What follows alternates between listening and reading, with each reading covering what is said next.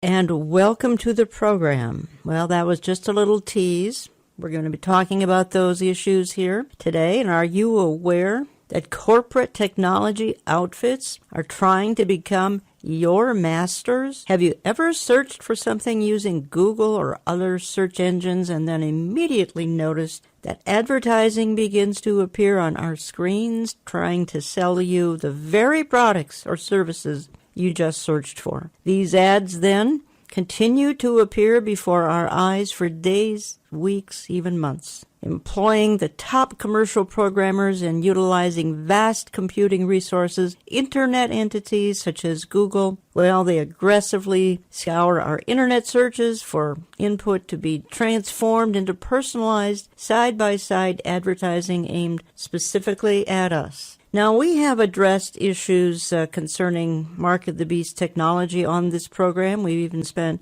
2 weeks recently, back in January, with Pastor Billy Crone on the danger of artificial intelligence and its intrusion into our lives. But today we're going to take a look at what is a literal home invasion technology. And even if you're not particularly technical and you don't have a lot of technology in your world, you're still being watched by somebody. So how does that fit into an end-time scenario? And even if that is a topic that doesn't interest you, the fact that eyes may be watching you and ears may be listening, that should be a concern to everyone listening. I'm going to quote Tucker Carlson here, and he says this: "Consider Facebook. About half the country uses it as a primary news source. Millions and millions of people understand the world through Facebook. But Facebook is not a neutral host. It has a political agenda. Earlier, Facebook altered its algorithms for what news stories its users see, and the results conclusively have been devastating for conservatives online. Breitbart, the news site, has basically lost about 30% of its traffic since that happened. Prager University is down 32%. Daily Caller is down. WorldNet Daily is way down. Joseph Farag of WorldNet Daily says this is war. This is about silencing dissent and alternative viewpoints by those holding hammerlock control of today's principal means of distribution and what should be the free flow of digital information. It's censorship on a scale previously unknown in human history." And here's part of the scary details. Facebook and Google control more than 73% of all U.S. digital advertising. Now, these folks might say this is nothing more than surveillance capitalism for profit, and there's nothing wrong with it. And we're going to discuss that here for however long it takes to sufficiently cover a topic that honestly is quite frankly endless. And so I am going to be drawing on a voice that is frequently a radio co-host. Today's going to be a guest. Eric Barger has written a series of articles on the home invasion, and I was so intrigued with them, I said, Eric, today you're going to be my guest. And so Eric, welcome back to the program. Thanks, Jan. Boy, I'm glad to be here and talk about this. And what you just said is so true. It's never ending, and it's always changing. This is a changing thing that we're going to deal with today. Mm-hmm. Now, you write this. You say, when we choose to enter information on a Google platform of any sort, particularly when logged into a Google/Gmail account, what we key in can, in theory, be sorted, logged, stored, and used. And then you say, I add that no one should somehow feel secure just by citing the privacy statements. Google, who, according to Statista.com, now handles almost 87% of all internet searches worldwide. Marketing powerhouse Amazon, the other company mentioned often in this report, will have netted 44% of all internet commerce in the United States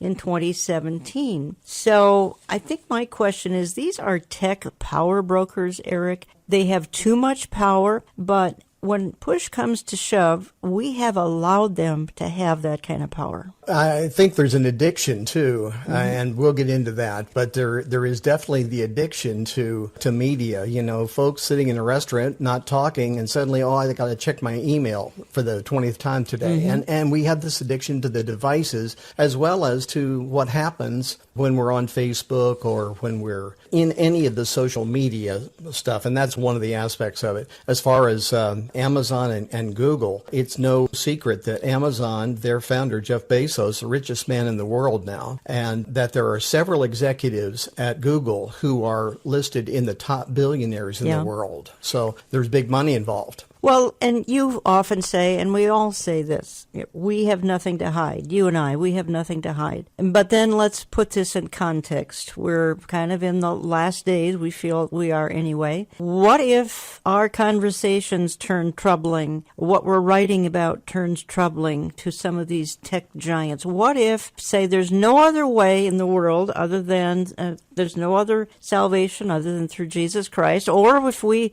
slam, let's say, some of the sacred cows, what if we slam Islam? What if we slam same-sex marriage? Today, if we even say something positive about Donald Trump, it can get us on some kind of a list. So in that we're being watched, everything we say is being watched. Likely every word we're typing is probably being watched by somebody. To be concerned about this is legitimate. It really is. And it's not that somebody at Amazon is listening with headphones or Google or anywhere else.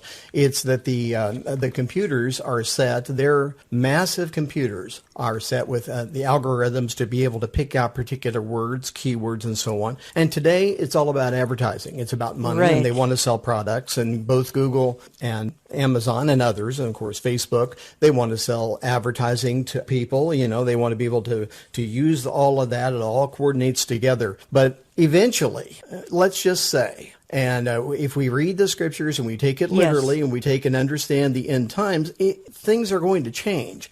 We don't know what facilitates that change. We just know that there's going to be change. We just don't know exactly how or when. But when change takes place, then the things that we have said now in social media that have been logged and kept by Facebook, Google, and others, that could come back to bite us if we are still here, or our relatives and friends if they aren't in the rapture with us. And so there is all of that element, and that's really bottom line stuff, and we'll probably revisit that thought more than once. I downloaded my Facebook history day before yesterday. I was astounded that they have kept every picture from my cell phone, every picture from any of the cell phones I've had since I began to have cell phones that would take pictures. They have record of every person I have communicated with. They have record of every Facebook group, listen to this, that has posted any of my material. I found my facial recognition page that tells the coordinates of my facial recognition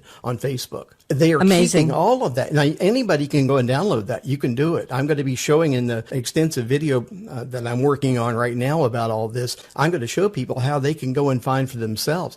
But we need to know this is going on. It's not that I'm not telling people necessarily go unplug and climb into a cave. In fact, that's the last thing we need to be doing. But we need to know this is happening and understand it. And you know, with this whole scandal that took place back in March with Facebook and with Cambridge Analytica from over in Great Britain, the veil has been lifted now. People are beginning to understand that their information has been kept by these companies and is being ferreted out to others for profit. And so people are waking up to this, but we just need to be aware. That's the whole key of you and I talking about this today. You're listening to Understanding the Times Radio. I'm Jan Markell, and we're going to be talking likely for 2 weeks. We're going to be talking to Eric Barger, and because he's done an extensive study on this home invasion, privacy invasion. And you know, Eric, somebody else who's very concerned about this is Tucker Carlson. I already quoted him in my intro. I want to play a quick soundbite. I've got a couple of Tucker. He is very concerned about surveillance capitalism. We've been telling you for months now about the growing power of the big tech companies whose brand of surveillance capitalism has come to shape our politics and culture in ways that many people don't perceive.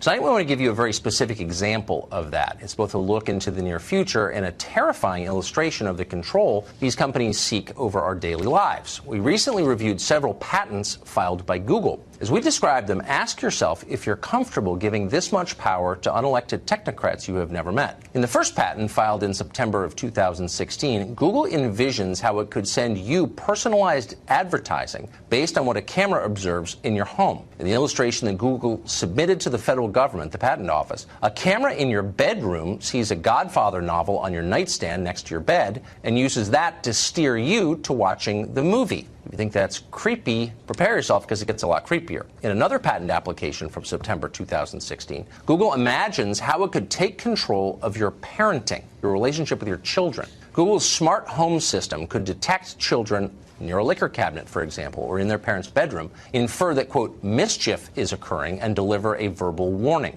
In another example, Google imagines a hypothetical child called Benjamin. Google's cameras would be watching Benjamin at all times, carefully. They could see if he's playing outside or using electronics. Presumably, they'd also try to use that information to sell him things at some point, because that's the whole point of Google. The same patent also discusses how the smart home could coach families on, quote, areas of improvement. For example, if a family doesn't spend enough time together, eating together, in Google's estimation, Google might scold them and suggest that they set a goal of eating more often together. That is Google's description, not ours, by the way. We contacted Google for comment on this, and the company, and we're assuming it was a person and not a robot, replied this way, quote, we file patent applications on a variety of ideas that our employees come up with. Some of those ideas later mature into real products or services. Some don't. In other words, don't worry. We're not spying on you yet. We just have the patent for it.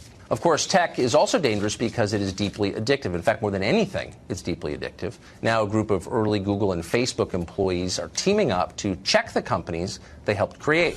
Tristan Harris is a former Google employee, heads up this new group, the Center for Humane Technology. Jim Steyer is the founder of Common Sense Media, which advocates for children, and they join us tonight. Thank you both for coming on. So you describe these products as addictive. What do you mean by that? Well, most people don't realize, they see addiction and they think it's happening by accident. We're addicted to lots of things. We worried about our kids in the 1970s. They were addicted to gossiping on the telephone.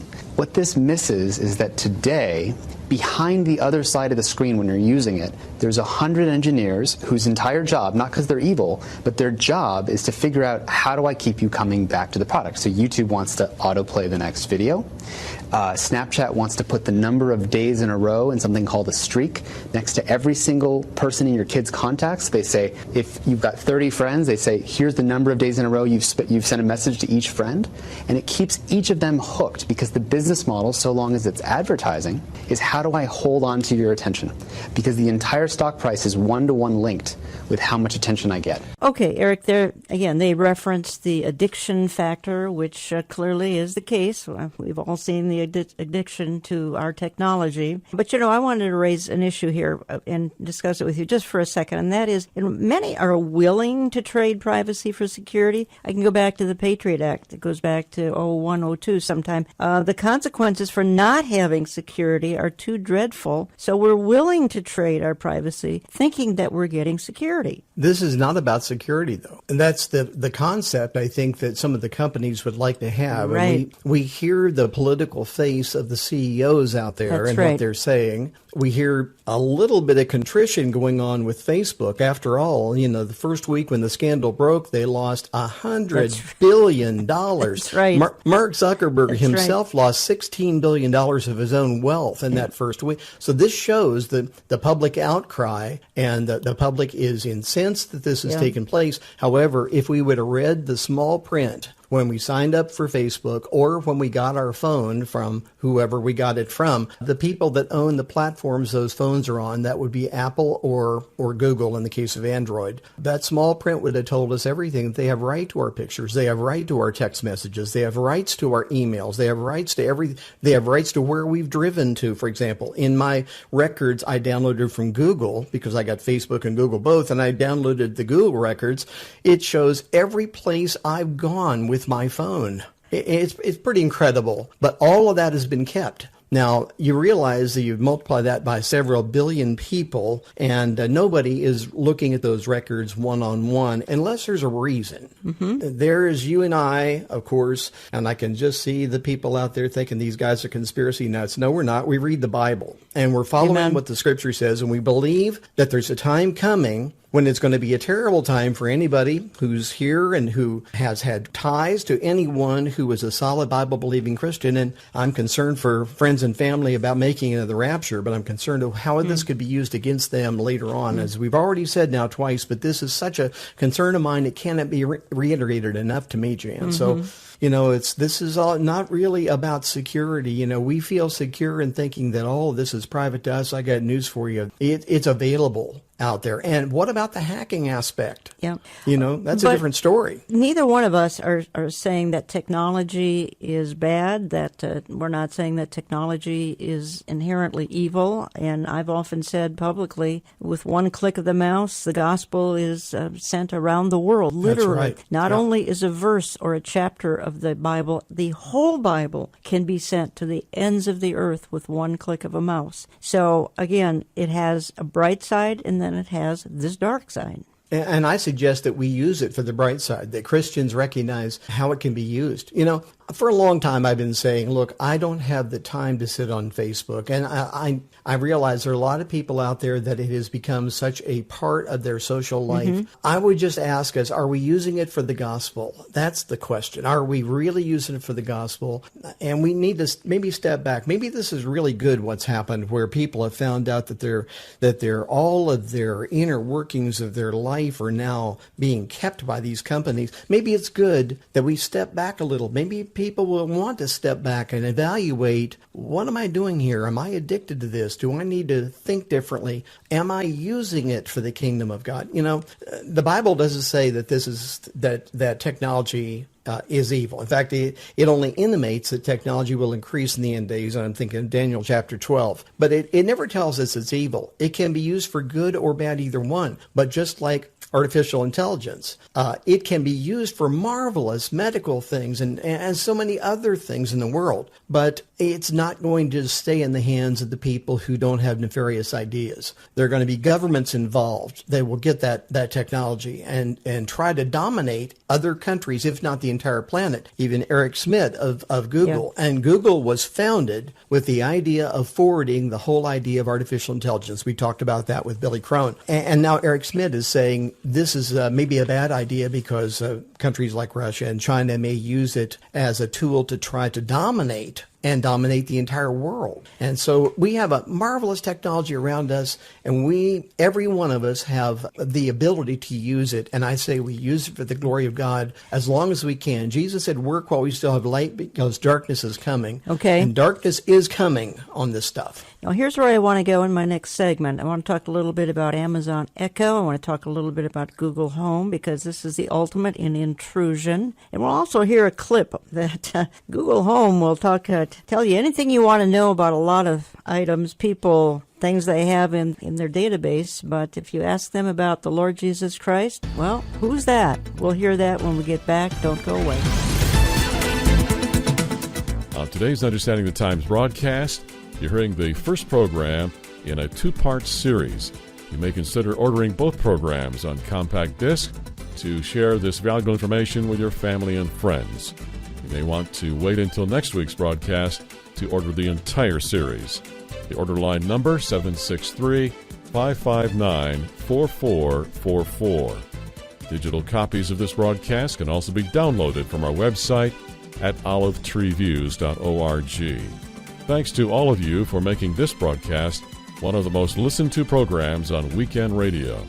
We invite you to become a financial partner with us. Consider a tax-deductible donation. Please send your gifts to Olive Tree Ministries, Box 1452, Maple Grove, Minnesota, 55311. Jan Markell and Eric Barger return right after this.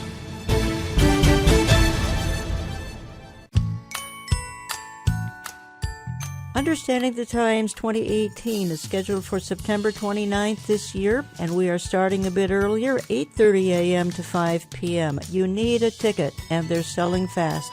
I'll give you a toll-free number in a moment. Our speakers include Amir Sarfati, Pastor Jack Hibbs, Pastor J.D. Farag, and Pastor Billy Crone. Once again, we meet at Grace Church in Eden Prairie, Minnesota, just outside Minneapolis. Grace Church has asked us to limit our attendance to just under 5,000, so here is the ticketing number for the Brush Fire Agency. Call toll-free 1-888-338-5338. That's 1-888-338-5338, Monday through Friday. Should you not be able to purchase a ticket, we will live stream the event on our website at no cost. Act today and don't be left behind. The fellowship with like-minded remnant believers is priceless, and you will leave the event like the sons of Issachar who understood the times. Facebook is ripping apart the social fabric of how society works. That is what I believe, but those aren't my words. Those are the words of Chamath Palihapitiya, who is Facebook's vice president for user growth. He was speaking at a business event a few weeks ago where he expressed his tremendous guilt about helping Facebook accumulate 2 billion users. It was his job to get those people to sign up, and he did it well. And now he feels tremendous guilt because Facebook is that bad for society. And I totally agree with him. He talked about how Facebook is like a drug, doling out hits through hearts, likes, and thumbs up. How big tech companies are invading your privacy, the focus of today's Understanding the Times broadcast, and the first of a 2-part series. Thanks for joining us. We continue now with Jan Markell and Eric Barger. Okay, Google, who is Jesus Christ? Sorry, I'm not sure how to help. Interesting. Okay, Google, who is Buddha? According to Wikipedia, Gautama Buddha, also known as Siddhartha Gautama, Shakyamuni Buddha, or simply the Buddha after the title of Buddha, was an ascetic and sage on whose teachings Buddhism was founded. Okay, Google, who is David Sams? Here's a summary from Wikipedia. David Ronald Sams is a television producer, author, speaker, emerging technologies guru, and serial entrepreneur who helped build the success of several syndicated versions of such television programs, including The Oprah Winfrey Show. Okay. Okay, Google, who is Jesus? Sorry, I don't know how to help with that.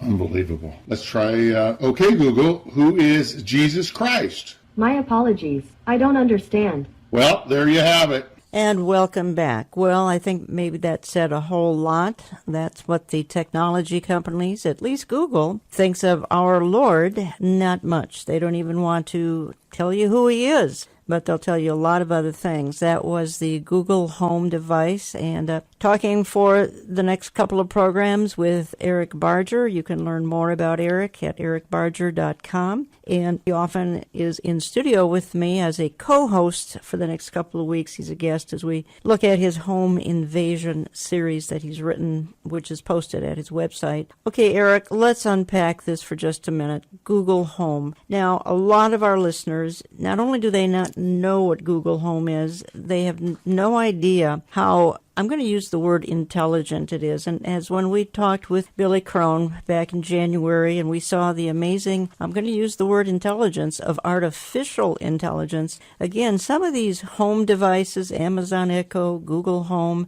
they almost seem to have a mind of their own. Talk to me a little bit about it, because extremely invasive, again, probably wired by godless people to think about godless things and not even want to identify who Jesus Christ is. That's it. And, there has been a defense about this now, Jan, that people have said, well, the reason that Jesus didn't come up is because he's not in the first 3 or 4 listings in Google, because they've been bought up by Christian groups. If somebody searches for Jesus or Jesus Christ, then they don't show up in the Google search immediately. So Google Home or the Amazon Alexa artificial intelligence doesn't know what to do with that. I'm not quite buying that completely. completely in understanding this a little bit. I was an IBM computer operator years and years and years ago when I was also playing music before I went, dropped it and went full-time in music. And, of course, that IBM computer I operated in the early 1970s didn't have nearly the ability that my cell phone has,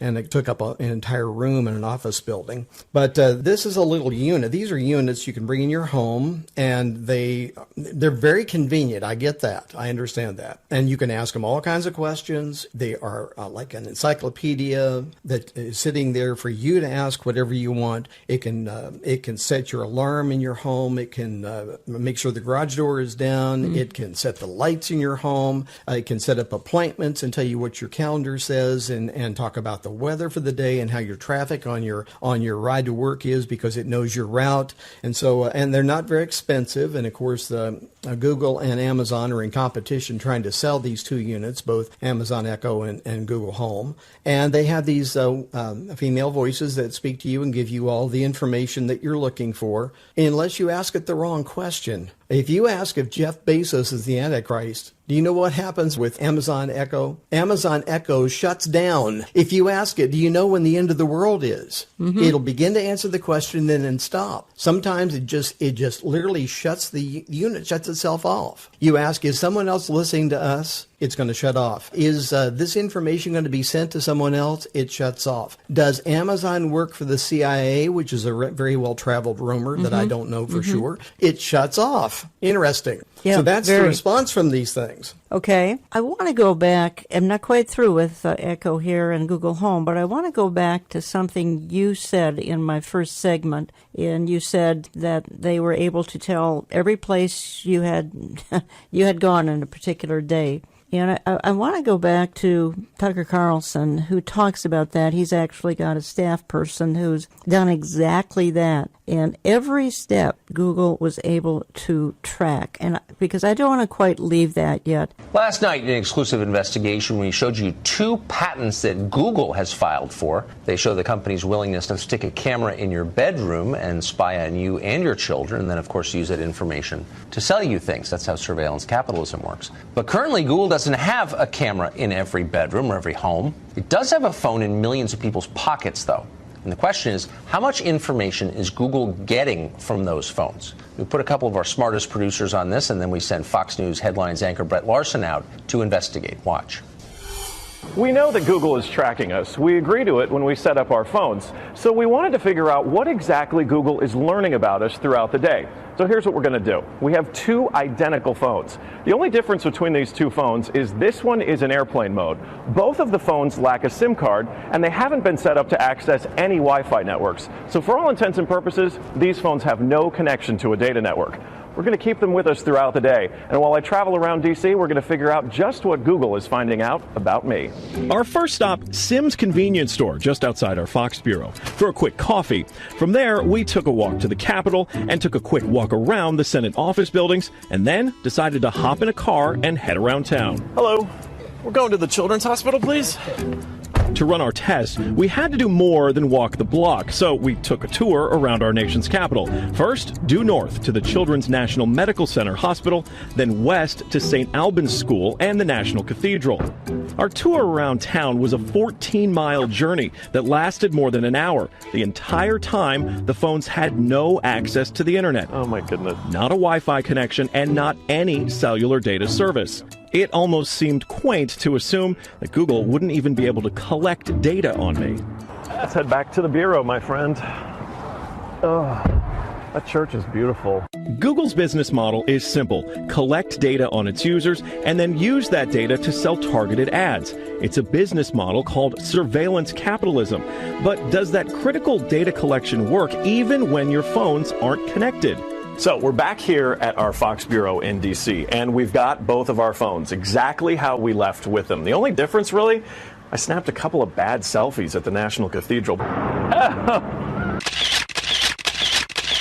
otherwise, they have stayed in my pocket for the entire day. So let's find out what they know. This is our man-in-the-middle device. It's basically a Wi-Fi network that these phones are going to connect to once we turn their Wi-Fi on. It's going to pass data through it on the way to Google, But on the way, we're actually going to get a copy of the same data that Google's going to get. We'll be able to decrypt it and then find out where we've been throughout the day. Within minutes, the numbers rolled in. The phone that wasn't on airplane mode registered more than 100 locations, 130 activities, and even 152 barometric readings. As soon as it hooked up to our Wi-Fi, it transmitted 300 kilobytes of data straight to Google. The phone even logged our exact locations, tracking us all around town, the Capitol, the hospital, the school, and the cathedral. Now, you may notice what's missing here is the exact route that we took, but it got that data too. It knows when I got out of the car. The metadata has a time log down to the very second, tracking everything when they think that you're walking, riding, and yes, even getting out of the car. Okay, so you're thinking, this isn't a big deal. I'll just put my phone in airplane mode. Yeah, we thought of that too. This is the other phone that we had with us that no SIM card also remained in airplane mode the entire time. Let's see what kind of data it captured.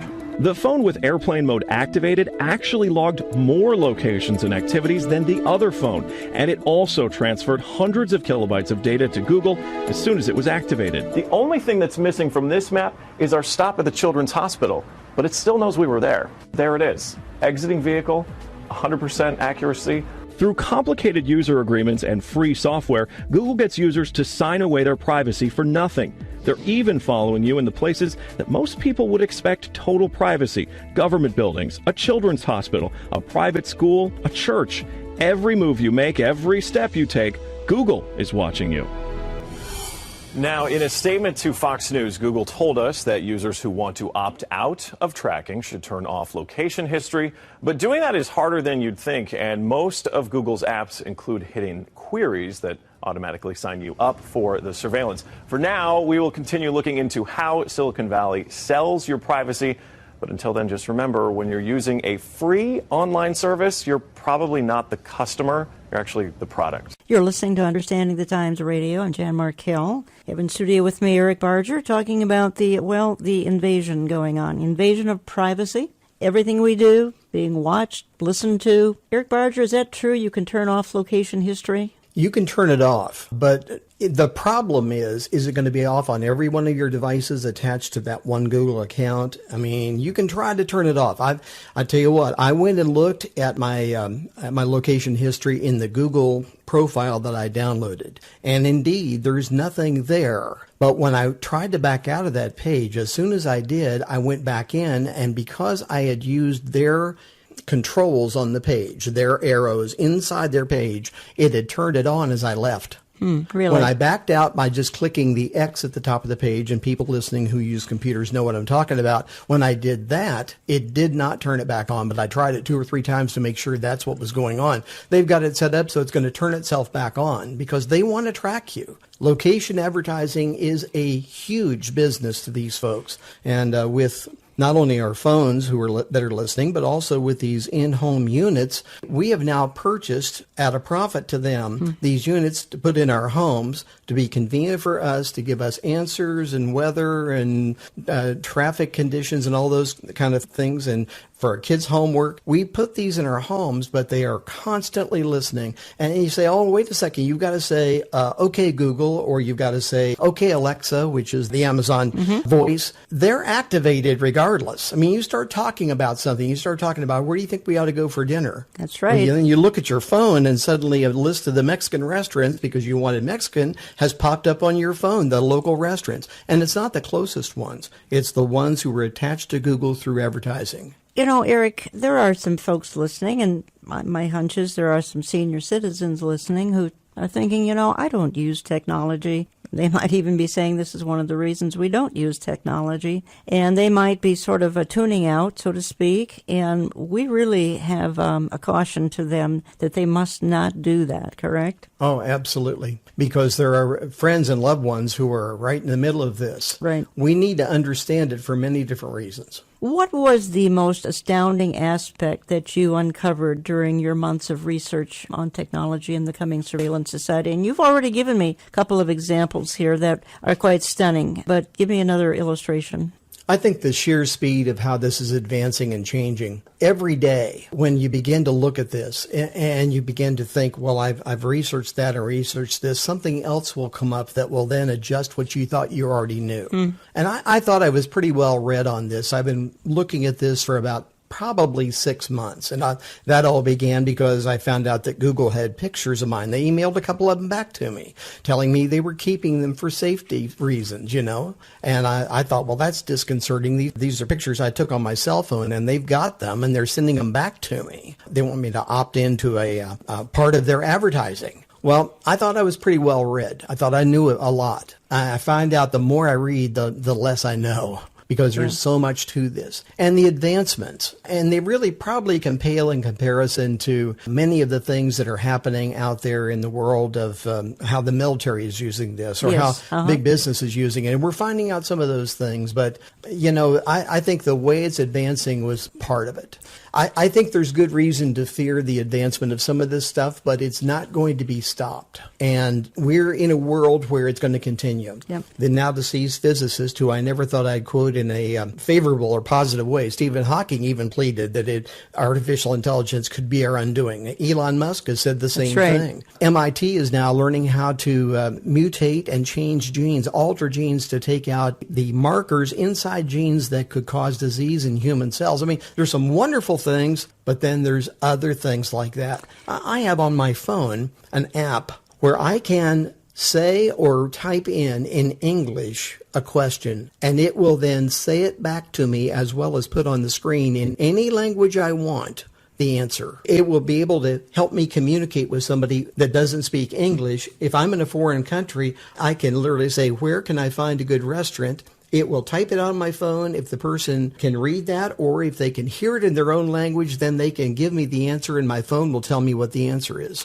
The technology is absolutely astounding. And, as you and I have talked about several times in discussing this and in preparing this program, some of this is very hard to talk about on radio because without the visuals, it's hard to imagine. But it is an astounding world we're living in, yet we have this negative of the privacy factor and how this could be used not only against us but others, and it gets all convoluted together. As you know, we've talked about how your brain just kind of gets fried dealing with this. Yeah. Well, and you write, as it concerns privacy concerns, you write in the series that you've written on the home invasion, you say we are led to believe that the computers we buy and place in our homes and businesses, including Google Home and Amazon Echo, are going to be working for us. Instead, however, if we have these devices nearby, we are the targets of the information acquired by Amazon and Google through these devices. Then you say, by the way, understanding that they are computers too, our so-called smartphones and tablets must be seen as mobile information gatherers for Google, Apple, and others as well. In fact, any computer in any form with a microphone and camera is capable of transmitting pictures and sounds either with or without the owner's permission and approval. That's enough to make the paranoid among us unplug and go silent, but that is not necessarily what I'm suggesting. And then, Eric, you say, again, we can rest assured that no one and no group of people at Google, Amazon, or for that matter, the NSA, are sitting with headphones scanning our searches, text, or conversation. The surveillance of our lives is not being carried out by humans. It is all done with artificial intelligence through the use of computers that can quickly and efficiently boil down huge amounts of data by the parameters that they are programmed to search for. For now, the main objective in this for Google and Amazon is simply money. However, Eric, I think the point is that we're trying to make is because of the lateness of the hour, this in the wrong hands of someone, perhaps the kingdom of the Antichrist, it'll be far more than about money. It will be about power. It will be about censoring us. It will be about limiting what what folks can do, what they can buy, what they can sell. Of course, the church is gone, but there will be people coming to faith during that time known as the tribulation. We're going to pick up on this as we wrap up program number 1 in our next segment, and we'll continue this next weekend because I have some more sound bites I want to play. I want to dig a little more deeply into some of the things that Eric has written about. I want to talk a little bit further about the invasion of this Amazon Echo and this Google Home, and we'll do that when I get back, and we'll continue it again next weekend. If you'd like to get a couple of CDs, encourage you to do that. Hand them out to folks who don't have access to some of this information, and you can just give my office a call to order some of those CDs. You can become a CD subscriber, and you'll get a CD of every program mailed to you a couple times a month. Back in just a minute. Don't go away. If you've just joined us here on Understanding the Times Radio, you're listening to the first of a 2-part series on corporate surveillance in America. Remember to join us next week for part 2 in this series. You can order the entire series when you call 763-559-4444. Did you know Olive Tree Ministries has a new fresh website? We hope you've had a chance to review it.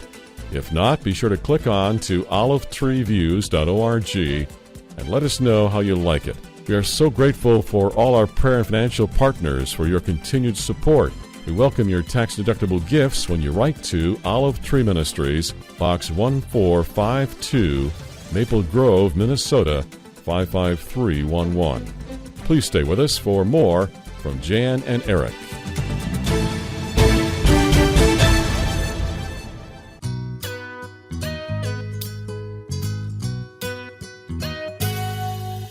Years ago, Understanding the Times Radio began on one radio station in the Minneapolis area. We now air on almost 830 stations and around the world electronically. You made that possible.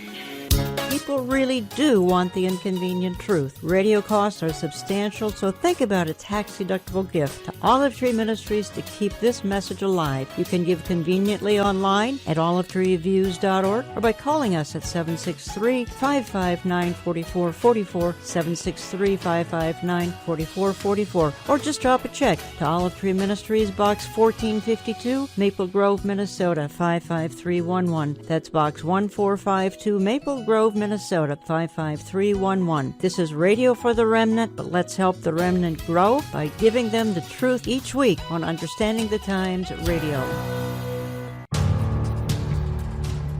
In today's world, who do you trust for good insight on current events? For that matter, who do you trust for good Bible commentary? America is full of fake news and false teaching. That's why we want to offer you an alternative to both.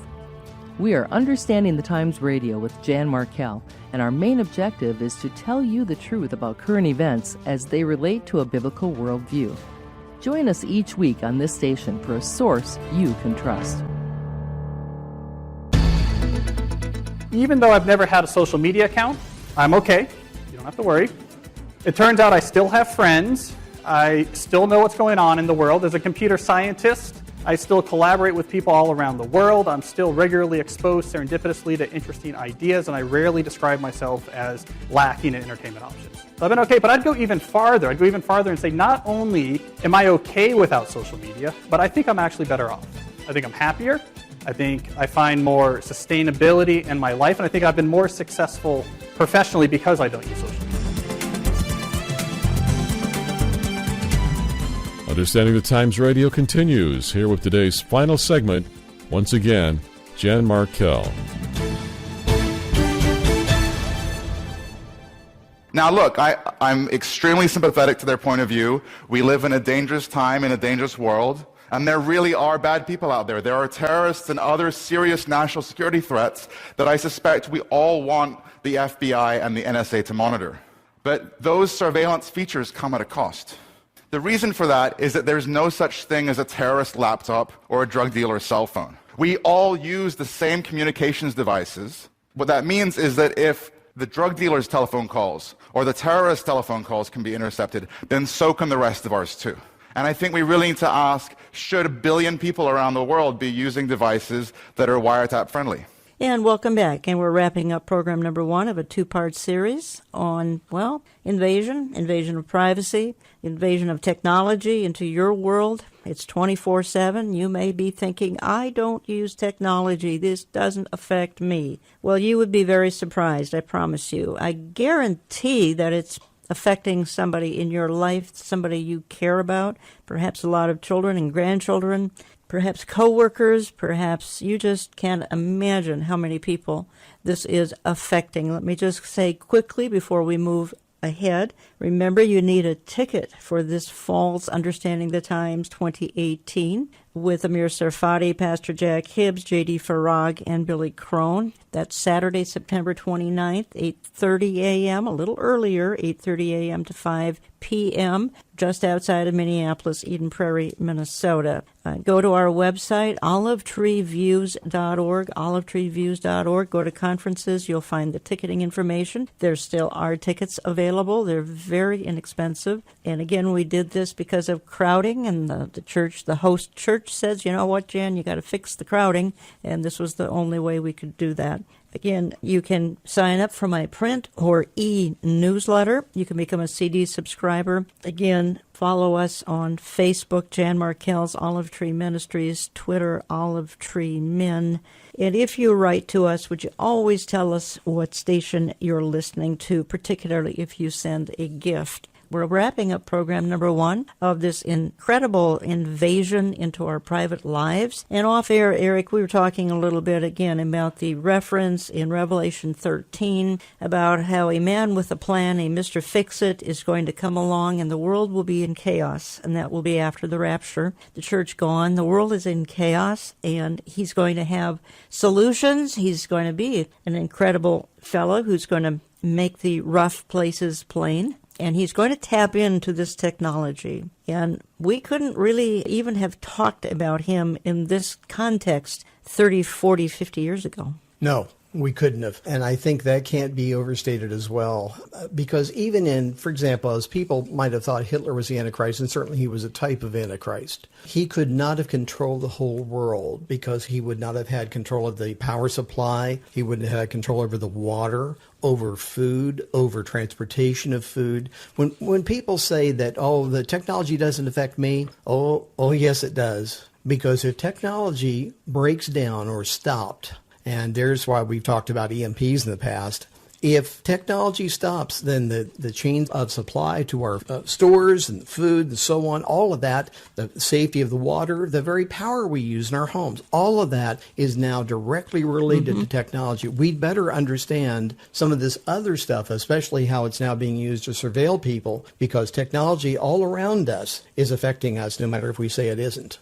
Right, but Revelation 13 is a very, very revealing passage in Scripture, because there we've got this man with a plan. He's controlling the whole world. Of course, the church is not those who are coming to faith under him, they have a real problem because they're not going to be able to buy and sell. But when he's got control over everyone with this kind of technology, it's stunning. It's just absolutely stunning. Yeah, it is. And when it says the whole world in those passages, that all will, those words are used very clearly in Revelation 13, verses 7 and 8. And to me, that could never have happened till now. You think about it, we live in a very, very exciting day. And folks, we don't want to leave you on a huge downer where a depression. We don't want that. That's not what we're trying to do here. But we're trying to explain how these things are taking place, what's happening, and to be aware of those things. And also, if we're aware of it, that should spur the Christian on to do what we've been called to do. We've been left here on a mission, and we need to be doing it. Mm-hmm. What I found interesting in researching this, Eric, is that there are some who have been involved in all of this technology who actually regret it. I want to play a clip here. I believe he's an Indian fellow from India. Chamath is his first name. I'm not going to try to tackle his last name. He's a former Facebook exec, and he's kind of looking back in real serious regret about what he's been involved in. I want to bring us back to the point that you were making about exploiting consumer behavior in a consumer internet business. You said that this is a time for soul searching in social media businesses, and you were part of building the largest one. What soul searching are you doing right now on that? I feel tremendous guilt. I think we all knew in the back of our minds, even though we feigned this whole line of like, there probably aren't any really bad unintended consequences, I think in the back, deep recesses of our minds, we kind of knew something bad could happen. But I think the way we defined it was not like this. It literally is a point now where I think we have created tools that are ripping apart the social fabric of how society works. That is truly where we are. And I would encourage all of you, as the future leaders of the world, to really internalize how important this is. If you feed the beast, that beast will destroy you. If you push back on it, we have a chance to control it and rein it in. And it is a point in time where people need to hard break from some of these tools and the things that you rely on. The short-term dopamine-driven feedback loops that we have created are destroying how society works. No civil discourse, no cooperation, misinformation, mistruth. And it's not an American problem. This is not about Russian ads. This is a global problem. So we're in a really bad state of affairs right now, in my opinion. It is eroding the core foundations of how people behave by and between each other. And I don't have a good solution. My solution is I just don't use these tools anymore. I haven't for years. It's created huge tension with my friends, huge tensions in my social circles. If you look at my Facebook feed, I've posted maybe 2 times in 7 years, 3 times, 5 times. It's less than 10. And it's weird. I guess I kind of just innately didn't want to get programmed. And so I just tuned it out. But I didn't confront it.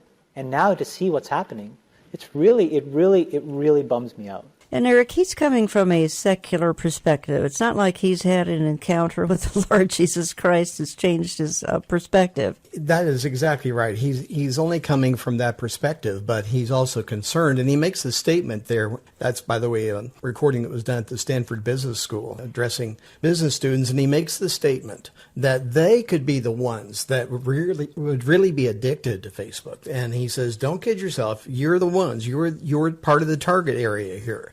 And he makes the statement he didn't want his kids to be a target like that. And his children, do not use social media. And he's not the only Facebook executive to make a statement that he's off of it, and so are his family, or so is his family. Mm-hmm. How do we want to sum this up? Program number 1, talking to Eric Barger for the entire hour. We're going to continue this a little bit next weekend as well, because I am honestly and sincerely concerned about how this is all being abused. We're also very concerned about how it's going to play into the scenario, the end of days, and particularly under the kingdom and the rule of the Antichrist. Eric, you've got a minute or 2 to sum up here, and then we'll continue this next week. I want to kind of stay with the theme where we are right here. And it may be very uncomfortable for some of the listeners. If you are on social media an hour, 2 hours, 3 hours, 4 hours a day or more, I would ask you to back away just for a minute and evaluate how you're using that time. If that is what we would call free time, how are we using it? And I ask in one of the home invasion articles, and all of that, by the way, we're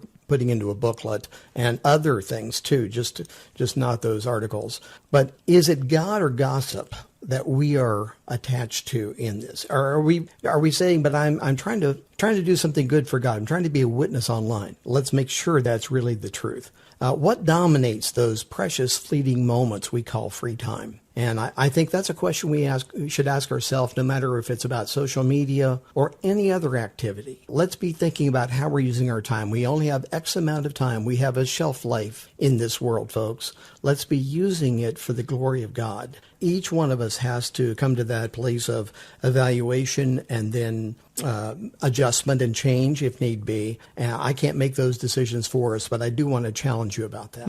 Learn a lot more at ericbarger.com. You can also find all he's written on this particular topic, which we will continue and expand next week. Let me go out of the program saying whether they know it or not, technology is being used for good. It evangelizes, it educates, it informs, it can be used for inspiration.